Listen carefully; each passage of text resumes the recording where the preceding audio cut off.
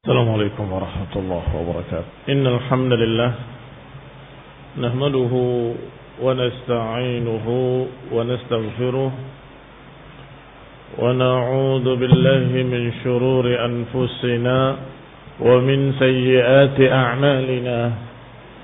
من يهده الله فلا مضل له ومن يضلل فلا هادي له. وأشهد أن لا إله إلا الله وحده لا شريك له. وأشهد أن محمدا عبده ورسوله صلى الله عليه وعلى آله وأصحابه والتابعين وتابع التابعين ومن تبعهم بإحسان إلى يوم الدين. يا أيها الذين آمنوا اتقوا الله حق تقاته ولا تموتن إلا وأنتم مسلمون. يا أيها الناس اتقوا ربكم الذي خلقكم من نفس واحدة وخلق منها زوجها وبث منهما رجالا كثيرا ونساء. واتقوا الله الذي تساءلون به والأرحام إن الله كان عليكم رقيبا. يا أيها الذين آمنوا اتقوا الله وقولوا قولا سديدا يصلح لكم أعمالكم ويغفر لكم ذنوبكم ومن يطع الله ورسوله فقد فاز فوزا عظيما.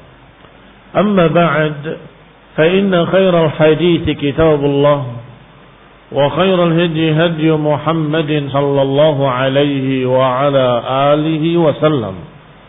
وشر الأمور محدثاتها فإن كل محدثة بدعة وكل بدعة ضلالة وكل ضلالة في النار.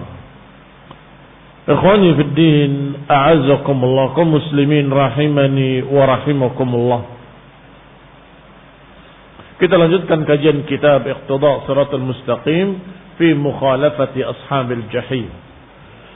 Dan kita sudah selesai membahas hadis-hadis yang menggambarkan adanya perselisihan di masa-masa sebelum Islam yang membuat kebinasaan ahlul kitab. Dan kemudian Rasulullah SAW menyatakan agar kalian jangan seperti mereka. Jangan tasyabbuh, menyerupai ahlul kitab yang berselisih kemudian binasa. Ikhwani fi din, a'azakumullah. Qala wa hadha babun wasi'. Lam naqsid lahu huna wa innamal gharad at-tanbih ala ma yakhaf ala al-ummah min muwafaqatil umami qablaha. Masalah pertikaian-pertikaian atau masalah perbedaan pendapat kemudian terjadi perselisihan, babnya sangat luas. Tetapi yang kita maksudkan di sini barakallahu fikum adalah kekhawatiran umat ini akan menyerupai umat-umat yang terdahulu. Itu fokusnya. Itu inti pembahasannya. Idil amr fi hadzal hadits kama qalahu Rasulullah sallam aslu halaki bani Adam. Karena urusan dalam hadis tadi atau perkara yang ada dalam hadis tadi sebagaimana diucapkan oleh Rasulullah sallallahu alaihi wa ala alihi wasallam bahwa aslu halaki bani Adam innama kana tanazu' fil qadari, bahwa binasanya anak turunan Adam ini ketika mereka bertikai masalah takdir, memperdebatkan masalah takdir, maka terjadilah apa yang dikhawatirkan, yaitu kebinasaan-kebinasaan hissiyah wa ma'nawiyah. Kebinasaan hissiyah benar-benar binasa karena memang mereka saling berperang, saling membunuh, saling menumpahkan darah, binasa. Dan lebih dari itu adalah kebinasaan yang sifatnya ma'nawiyah, yaitu tersesat dari jalan Allah, menyimpang dari jalan Rasulullah, bergeser dari keislamannya kepada kekufuran. Ini a'zam. Maka saya katakan lebih besar. Jangan kalian pikir pertikaian berdarah itu lebih besar. Tetapi pertikaian yang menyebabkan kebinasaan akidah, kekufuran, kesesatan, itu azim. Mengapa? Karena mereka yang terluka, terbunuh dan mati, kalau masih memiliki akidah, masih memiliki la ilaha illallah, masih selamat. Walaupun mungkin diazab karena dosa-dosanya, karena kesalahan-kesalahannya, tapi mereka masih muslim. Tetapi kesesatan berangsur-angsur, sedikit-sedikit membawa kepada kekafiran, dan itu kebinasaan yang tiada bandingnya. Karena binasanya akan berlanjut sampai di kuburnya, sampai di mahsyar, sampai yaumul hisab, sampai dalam neraka jahannam. Na'udzubillahi min dzalik. Berarti apa di antara penyebab binasanya Bani Adam? Innama kanat tanazu' fil qadar, memperdebatkan masalah takdir. Wa anhu nasha'a madhabul majus al-qailina bil aslaini an-nur wa dhulmah. Karena sebab pertikaian masalah takdir itulah muncul kesesatan dalam bentuk pemahaman majusi, akidah majusiyah, yang mereka berkata bahwasanya alam ini ada dua dasar, atau istilah mereka dua Tuhan. An-nur wa dhulmah, cahaya dan kegelapan.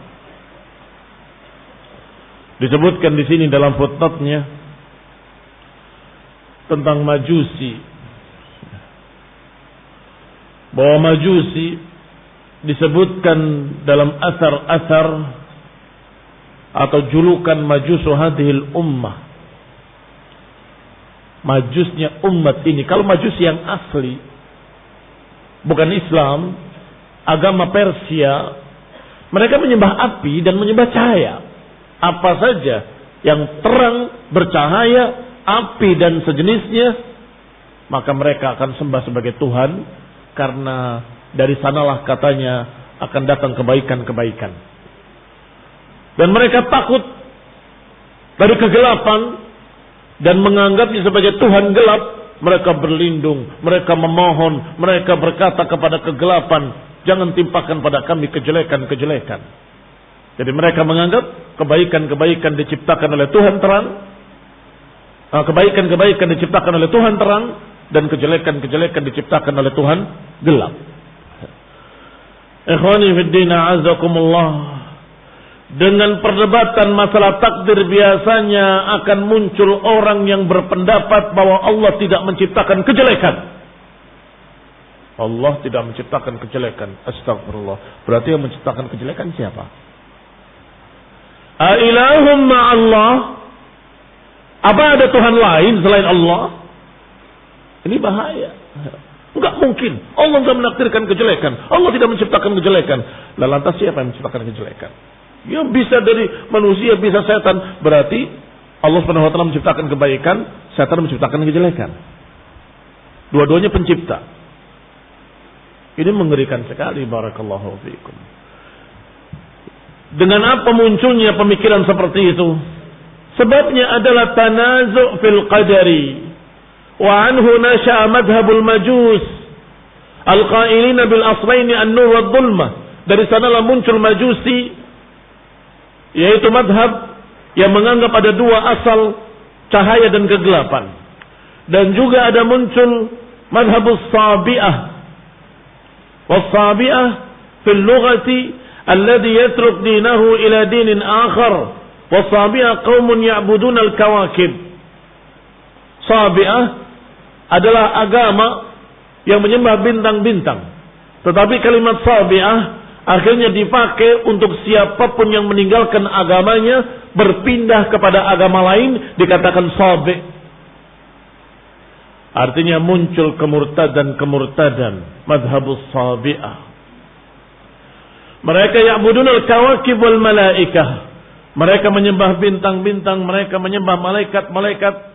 Waqila, dan dikatakan pula, hum qaumun la dina lahum. Ada yang berkata pula bahwa mereka adalah kaum yang tidak punya agama, ateis. Innama huwa baquna ala fitratihim. Katanya, kami mengikuti fitrah kami. Dan ini yang dirajihkan oleh Ibnu Katsir rahimahullah. Berarti Ibnu Katsir menganggap makna sabi'ah adalah orang yang tidak memiliki agama, yang hanya mengikuti fitrahnya, katanya. Dalam tanda petik. Kalau mengikuti fitrah yang benar, niscaya akan mengikuti agama tauhid, agama Islam. Tetapi mereka hanya mengaku-ngaku pengikut fitrahnya, tetapi pada hakikatnya mengikuti hawa nafsu. Akibat perdebatan tadi muncul orang yang seperti ini, yang sejenis dengan sabi'ah, yaitu al-qailina biqadamil alam, yaitu yang berkata bahwa alam sudah terjadi begitu saja sejak dulu, sebelum ada apapun, katanya. Wa madahib katsir min majusi hadil ummah wa ghairihim, hada madhabu katsirin mimman 'attala asy-syara'i'. Dan madhab-madhab yang lainnya banyak. Min majusi hadhil ummah wa ghairihim. Apakah majusinya umat ini ataupun yang lainnya. Wa hadha madhabu katsirin mimman 'attala asy-syara'i'. Dan itu adalah madhab kebanyakan orang-orang yang melalaikan syariat. Imma jadi majusi, wa imma jadi sabi'ah. Kaum muslimin rahimani wa rahimakumullah.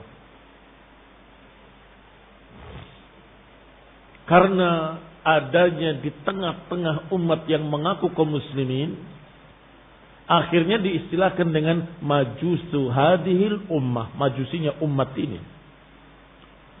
Sabi'ah yang muncul di tengah-tengah kaum muslimin, sabi'ahnya umat ini.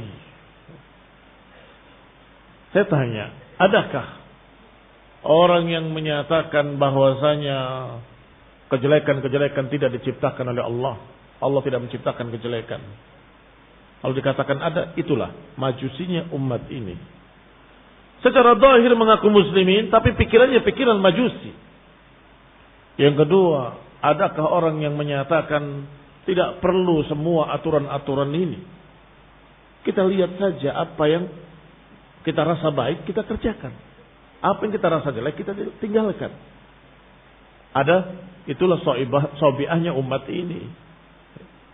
Di antara aliran-aliran sesat di tengah-tengah kaum muslimin, ada yang menganggap begitu. Ngapain kamu belajar jauh-jauh ke Madinah, ke Yaman, ke sana kemari kuliah mempelajari?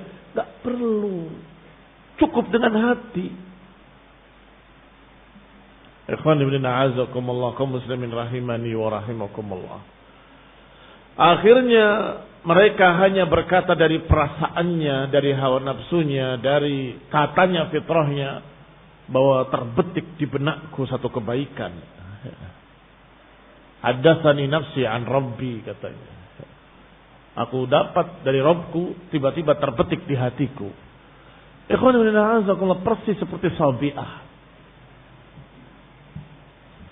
Adapun majusu hadil ummah adalah istilah yang banyak dipakai oleh para ulama. Kalau kalian baca di antaranya kitab Ushul I'tiqad Ahlussunnah wal Jamaah oleh Imam Hibatullah Al-Lalikai,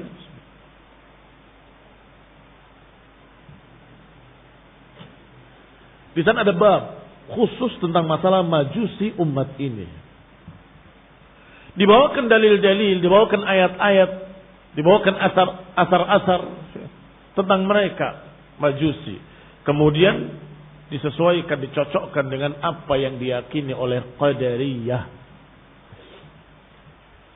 Kita baca footnote-nya. Kalau yang cetakannya sama, insyaallah ada footnote-nya. Majusu hadil ummah atlaqahu salaf alal Qadariyah. Kalimat majusi umat ini diucapkan oleh para salaf untuk menjuluki aliran Qadariyah yang menolak takdir. Wa qad waradat bi tasmiyatil Qadariyah majusu hadil ummah, dan telah diriwayatkan penamaan Qadariyah dengan majusi umat ini dalam sekian banyak asar-asar. Ba'dhuha marfu', sebagiannya marfu' ila Nabi sallallahu alaihi wasallam, wa minha, dan sebagiannya lagi diriwayatkan oleh Ibnu Majah dalam sunannya dengan nomor hadis 92 juz ke-1 halaman 35, dan juga dikeluarkan oleh Abu Dawud dalam sunannya dalam kitab Sunnah Babul Qadar dengan nomor hadis 4691. Juga Imam Ahmad meriwayatkan dalam musnadnya juz kedua halaman 125 dan juz kelima halaman 407, dan juga Ibnu Abi Asim meriwayatkan dalam kitabnya As-Sunnah juz pertama halaman 145 144 145 dengan nomor hadis 329. Ada yang marfu', ada yang mauquf ala sahabah. Artinya ada yang marfu' pada Nabi, ada yang hanya kepada para sahabat. Wasair hadhihi riwayat dha'afaha a'immatul hadis. Hanya saja semua riwayat-riwayat yang marfu' tadi didhaifkan oleh para pakar-pakar ilmu hadis. Lakin ya'dhidu ba'daha ba'dan, tetapi satu dengan lainnya saling mendukung sehingga bisa jadi ada asalnya penamaan majusu hadil ummah. Baik, mengapa kau dinamakan majusu hadil ummah, aliran Qadariyah ini? Wa wajhu tasmiyatil Qadariyah bimajusi hadhil ummah annahum hina qalu, penamaan Qadariyah dengan majusi umat ini karena mereka berkata bi anna Allah Ta'ala lam yakhluqus syarr. Karena Qadariyah berkata Allah tidak menciptakan kejelekan. Walam yaqdiruhu aw lam yuqaddiruhu, Allah tidak menakdirkan kejelekan-kejelekan. Maka tarru ila al-qaul bi anna al-insan huwa khaliq. Berarti mereka terpaksa harus mengatakan siapa yang menciptakan kejelekan. Mereka berkata, ya manusia itu sendiri. Berarti manusia sang pencipta kejelekan. Menurut Qadariyah. Huwa khaliqu af'alih. Berarti manusia menciptakan perbuatannya sendiri. Kama taz'umul Mu'tazilah. Sebagaimana dikatakan oleh aliran Mu'tazilah. Fahum bihada asbahul majus. Maka dengan inilah mereka menyerupai agama Majusi. Pencipta kebaikan Tuhan terang, pencipta kejelekan Tuhan gelap.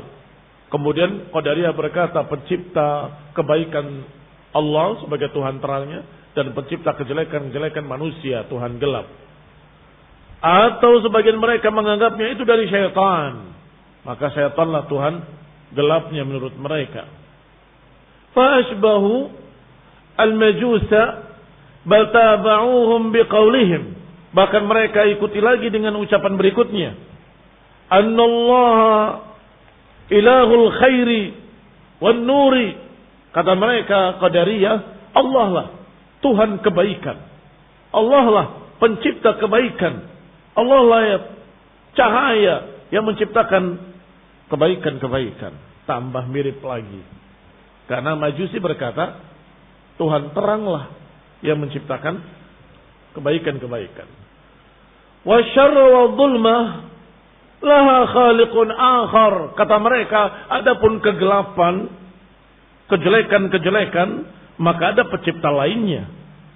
Bizamihim ta'ala Allahu amma yaqulu adh-dhalimun. Ini anggapan mereka, bizamihim.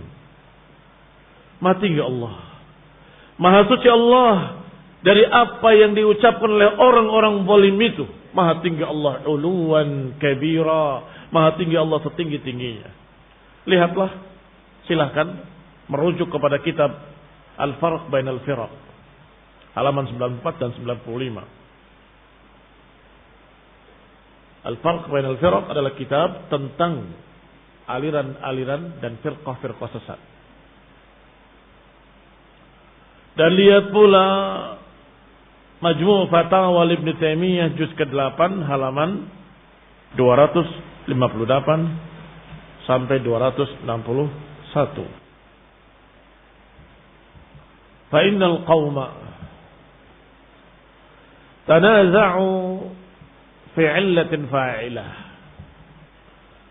Karena mereka bertikai tentang illat, tentang alasan fi'lullah subhanahu wa ta'ala lima fa'alahu. Kenapa muncul aliran-aliran majusi umat ini, aliran sabi'ah umat ini? Karena mereka memperdebatkan tentang perbuatan Allah, padahal tidak disuruh. Apakah ada perintah dalam Quran dan Sunnah kita membahas tentang kenapa Allah menciptakan ini, kenapa Allah menciptakan itu, mengapa Allah menakdirkan ini, kenapa Allah menakdirkan kejelekan, ila akhirnya. Apakah disuruh untuk dibahas? Tidak. Tidak ada satupun ayat atau satupun hadis yang menyuruh untuk membahas mengapa Allah berbuat begini, mengapa Allah menciptakan ini atau itu. Bahkan yang ada sebaliknya. Allah katakan la yus'alu amma yaf'al wa hum yus'alun. Allah tidak ditanya kenapa Allah berbuat begini dan begitu, tetapi kalianlah yang akan ditanya. Merekalah manusia itu yang akan ditanya. Kenapa berbuat begini, berbuat begitu. Baik, apa yang diperdebatkan oleh Qadariyah dan Jabriyah? Kenapa Allah menakdirkan manusia, kemudian takdirkan kafir, kemudian diazab? Ini kan zalim. Loh, itu urusan Allah Subhanahu wa taala, bukan urusan kamu.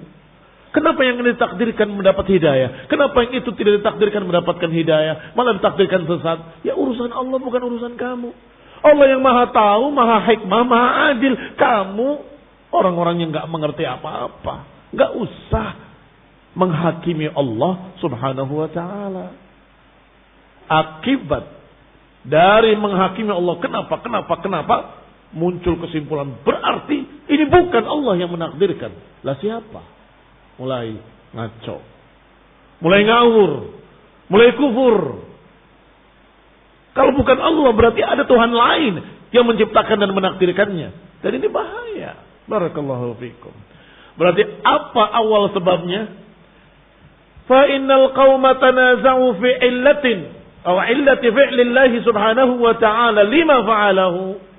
Karena mereka memperdebatkan tentang perbuatan Allah. Kenapa Allah berbuat begini? Kenapa Allah berbuat begitu? Fa aradu an yusbitu syai'an yastaqimu lahum bihi ta'lila fi'lihi. Akhirnya mereka ingin menetapkan sesuatu yang dengan itu menurut mereka jadi lurus, terjawab alasan-alasan mengapa Allah menciptakannya, kenapa Allah menakdirkannya. Bimuqtada qiyasihi 'alal makhluqat, dengan mengkiaskannya kepada makhluk-makhluk. Ya karena manusia ini doluman jahula, sangat bodoh, sangat zalim. Karena manusia ini tidak bisa memikirkan kecuali apa yang dilihatnya, apa yang didengarnya, apa yang diraba oleh tangannya. Selebihnya nggak tahu. Ya Pak ya. Manusia itu kalau berpikir sesuatu tidak akan keluar dari apa yang dilihat. Kalau kita permisalkan ada seorang di hutan, nggak pernah lihat kecuali hewan-hewan saja, burung-burung, binatang-binatang dan sebagainya. Kalau kamu ceritakan di sana, di negeri kami, ada kotak bisa bicara. Apa yang terpikir di benak orang ini? Nggak akan terpikir tentang tape recorder atau HP-HP-mu. Enggak. Bisa bunyi. Iya. Berarti ada mulutnya. Apa kayak mulutnya burung? Atau kayak mulutnya... Terus. Dia bisa diajak bicara. Dengan kotak itu kita ngomong. Ada suaranya dia yang jawab. Berarti. Iya kan? Dia nggak akan terpikir apa yang kalian punya. Mengapa? Karena dia hanya melihat di sekitarnya. Binatang-binatangnya, burung-burung dan sebagainya. Paling tingginya, paling hebatnya manusia. Oh berarti kayak kita. Kotak ini ada mulutnya, ada hidungnya, ada matanya. Bisa berbicara begini-begini. Nggak ketemu. Itu baru antar orang di hutan dengan orang di kota. Bagaimana antara makhluk dengan Khalik? Nggak akan sanggup memikirkannya. Di luar nalar kalian, wahai manusia. Akal kalian yang sekepal jangan berbicara tentang zat Allah subhanahu wa ta'ala. Akal kita yang sekepal jangan berbicara tentang Al-Khalik secara zatnya. Apa yang diberitahu oleh Allah kita terima. Apa yang tidak tahu kita katakan wallahu a'lam. Kenapa Allah menakdirkan begini? Wallahu a'lam. Allah yang lebih tahu. Jangan sok kamu yang paling adil. Allah lebih adil. Jangan sok kamu yang paling bijak. Allah ahkamul hakimin. Allah yang maha bijak. Gak akan salah takdir-takdirnya. Barakallahu fiikum. Kembali kepada kita.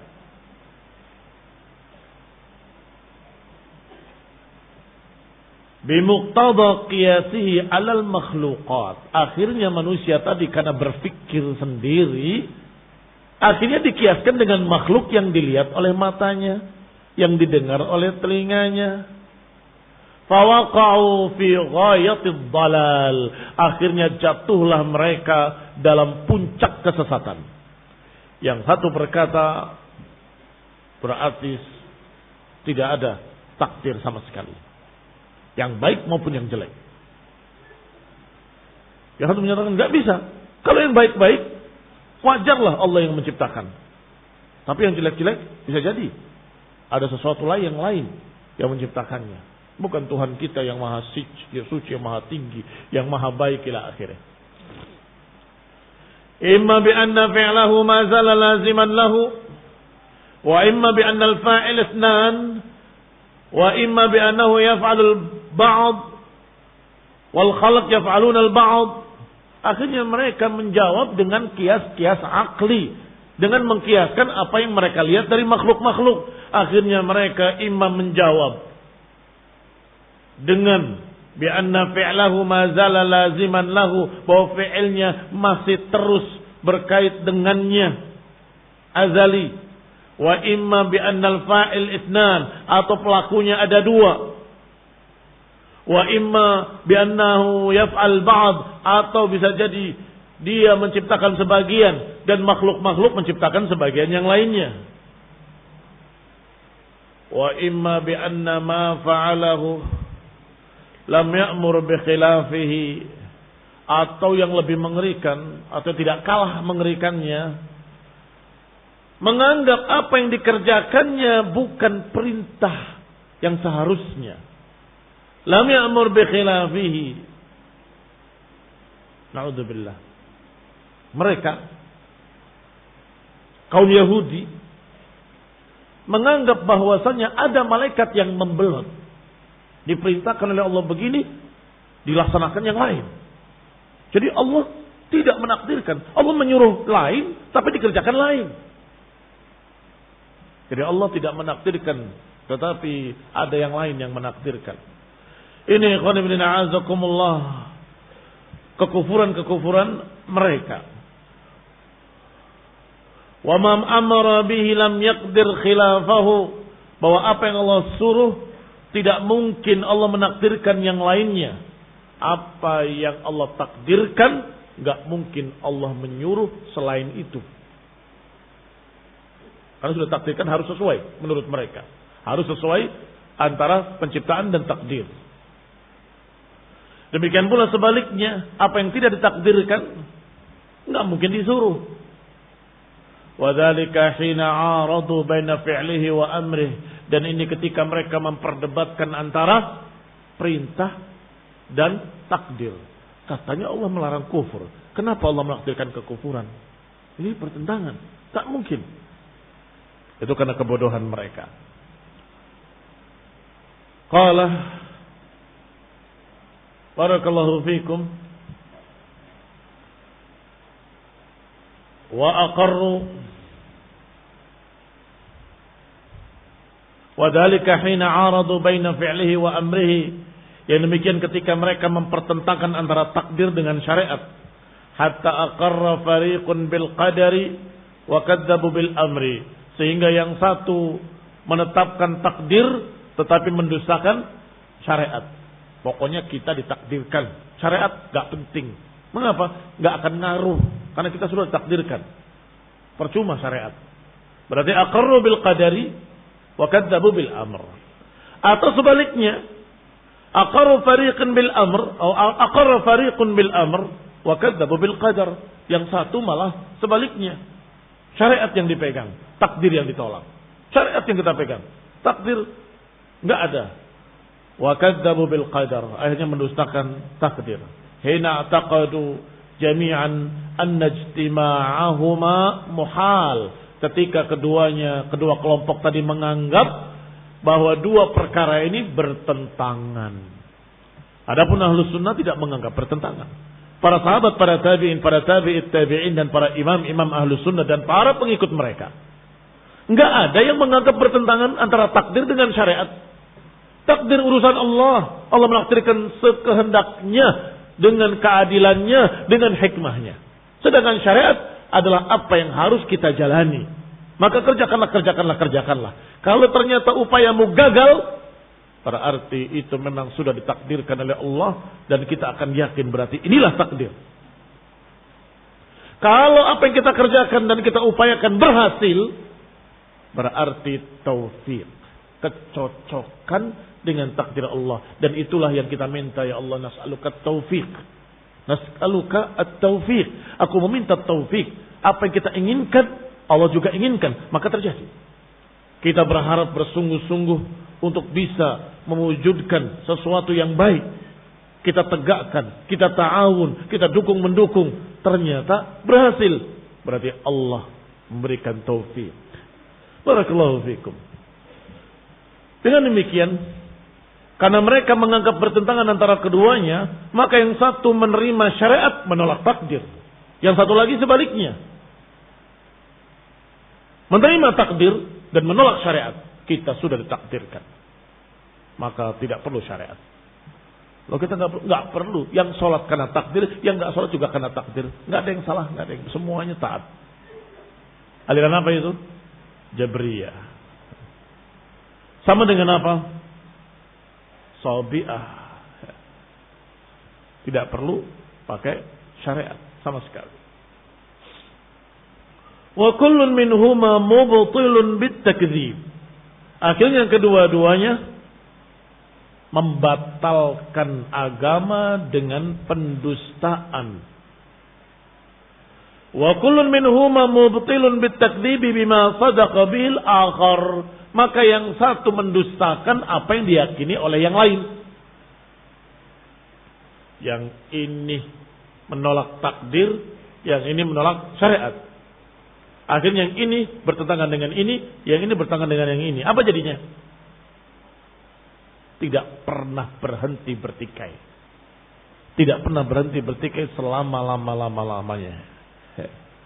Barakallahu fikum. Wa aktsaru ma yakunu dzalika liwuqu'il munaza'ah fi syai'il qalil qabla ihkamihi wa jam'i hawashihi wa atrafih. Kebanyakan terjadinya pertikaian seperti itu, menganggap dua perkara bertentangan padahal tidak.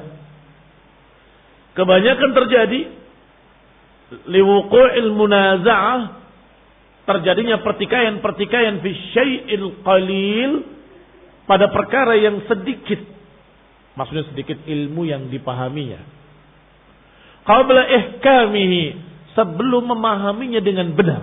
Ihkam, kokoh dalam memahami. Sebelum memahaminya dengan kokoh, sebelum memahaminya dengan benar. Wa jam'i hawashihi, belum mengumpulkan semua catatan-catatan kakinya. Belum mengumpulkan semua atrafihi, ujung-ujungnya. Kemudian berdebat, silahkan. Pasti nggak akan selesai dan pasti akan menuju pada kesesatan yang kanan, kesesatan yang kiri. Akan yang satu ekstrim ke kanan atau satu ekstrim ke kiri. Seperti mereka yang memahami secara dangkal tentang syariat dan takdir. Dianggap bertentangan. Gak mungkin di sini disuruh, di sini ditakdirkan. Tak mungkinlah. Akhirnya terjadi perdebatan. Padahal sesungguhnya wajar-wajar saja. Karena Allah Maha Kuasa, Allah Maha Bisa, maka Allah bisa menakdirkan sesuatu dalam keadaan kalian belum memilihnya. Kalian belum memilihnya, tapi Allah sudah menakdirkan fulan akan memilih ini. Alan akan memilih ini. Allah sudah mencatatnya di Lauhul Mahfuz. Bagi Allah mudah. Al-qadaru qudratullah. Yang namanya takdir itu adalah kekuasaan Allah. Allah Maha Bisa. Demikian pula pada seluruh permasalahan. Melihat hadis Bukhari yang ini, melihat hadis Bukhari yang itu. Yang di sini menyatakan la tusallu ba'dal asr. Jangan salat ba'dal asr. Di dalam hadis Aisyah radhiyallahu taala anha menyatakan Rasulullah SAW lam yatruk la yazalu, terus menerus dan gak pernah meninggalkan salat ba'dal asr. Apa kesimpulannya seorang yang jahil, pindungu, menyatakan ini sebabnya nih. Saya tidak mau sunah-sunahan, hadis-hadisan. Jadi ingkar sunnah.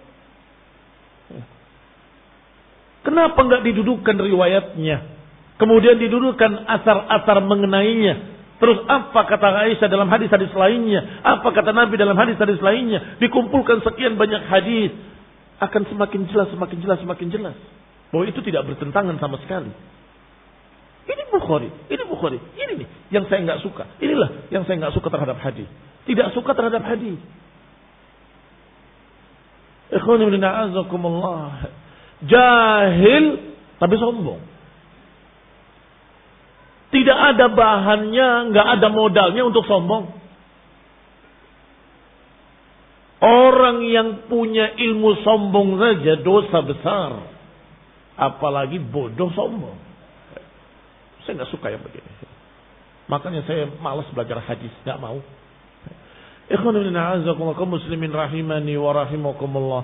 Dalam segala hal, permasalahan agama ini, kalau lihatnya sepintas, lihatnya hanya satu ujungnya saja, belum mengumpulkan hawasyihi, belum mengumpulkan atrafihi, belum mengumpulkan semua dalil-dalilnya, semua aqwal para ulama, kemudian diperdebatkan, hasilnya sangat berbahaya. Walihada qal, oleh karena itu Nabi bersabda, ma'araftum minhu fa'amalu bih. Apa yang kalian sudah ketahui, kerjakan. Wa ma jahiltum minhu farudduhu ila alimihi. Dan apa yang kalian tidak tahu, tidak paham, bingung, rudduhu ila alimihi. Kembalikan kepada alimnya. Kembalikan pada ahlinya. Ada ulama, ada orang-orang berilmu, ada asatidzah yang bisa membaca kitab-kitab para ulama, bisa menyambungkan kepada para ulama, bisa menghubungkan dengan orang-orang yang ahli di bidangnya. Mengapa kamu sombong langsung menyatakan, oh, berarti ini hadis gak beres? Sunnah itu banyak kontradiksinya. Itu kesimpulan sesaat dalam keadaan modalnya gak ada. Sebentar. Rudduhu ila alimihi. Saya akan dijawab. Syekh Albani menyatakan, Rasulullah SAW salat ba'dal asri wa kana syamsu murtafi'ah. Rasulullah pernah salat ba'dal asr dalam keadaan matahari masih tinggi. Berarti yang Rasulullah khawatirkan adalah ketika sudah mulai mendekati maghrib, tasyabuh dengan penyembah matahari. Bisa klop, selesai. Itu kesimpulan dari Syekh Al-Albani. Para ulama yang lain menyatakan berarti larangannya bukan larangan sampai haram, tetapi makruh. Ma'al karahiyah. Yang lain lagi menjawab dengan hadis yang lain lagi, bahwasanya yang dimaksud Nabi mengerjakan ba'dal asr adalah qadaan, mengqadha apa yang tertinggal dari ba'diyah zuhur dalam riwayat. Ada riwayat juga yang seperti itu. Jawaban-jawaban ini ilmiah, enggak seperti jawaban dungu tadi. Ikhwani fillah, azakumullah muslimin rahimani wa rahimakumullah. Kembali kepada kitab. Wal gharadu bi dzikri hadhil ahadits. Tujuan kita mengumpulkan, menyebutkan hadis-hadis ini adalah tanbih, peringatan dari hadis ala misli ma fil Qur'ani min qawlihi ta'ala faqudtum kalladhi khadu. Kita bawakan hadis-hadis ini adalah untuk membuktikan adanya peringatan dari bahaya apa yang sudah disebutkan oleh Al-Quran, yang juga sudah kita bahas ayatnya, yaitu khuttum kalladhi khadu. Akhirnya kalian berjalan tanpa petunjuk seperti mereka berjalan bersama atau tanpa petunjuk. Akhirnya kalian berjalan dengan meraba-raba tanpa ilmu seperti orang-orang sebelum kalian berjalan tanpa ilmu. Akhirnya kalian pun sesat seperti mereka sesat. Inilah pembahasannya. Jangan kita tasyabbuh terhadap haula. Iqtida' siratal mustaqim, mukhalafat ashabil jahil. Di antara konsekuensi jalan yang lurus ini, jalan agama Islam ini adalah jangan mengikuti jejak mereka, Bani Israel, Ahlul Kitab, yang mereka bertikai dan binasa.